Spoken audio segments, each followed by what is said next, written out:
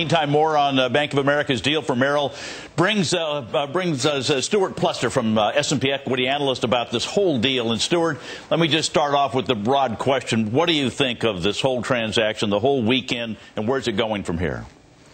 Well, I think, from Bank of America's perspective, the deal makes sense from a standpoint of the assets that they're bringing on, and no one could argue that. I think the big question is, the payment and the timing, and if they waited, what kind of price they would have gotten.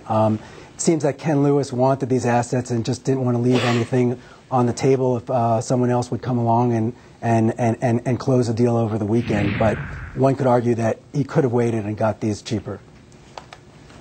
Other kind of banks that they'd like to look at for a potential acquisition, or is this done?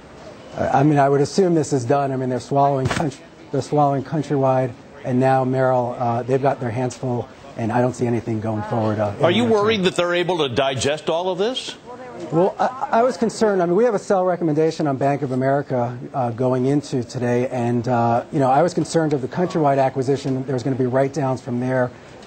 Certainly, with the layman sale of assets will set some precedent for new prices that could be likely to be further write-downs, and then it's a question of capital raises in the marketplace for a lot of banks based on those write-downs. So, there definitely are a lot of hurdles ahead, and I do agree with your previous guest. Adam Shapiro, back to you outside of Lehman.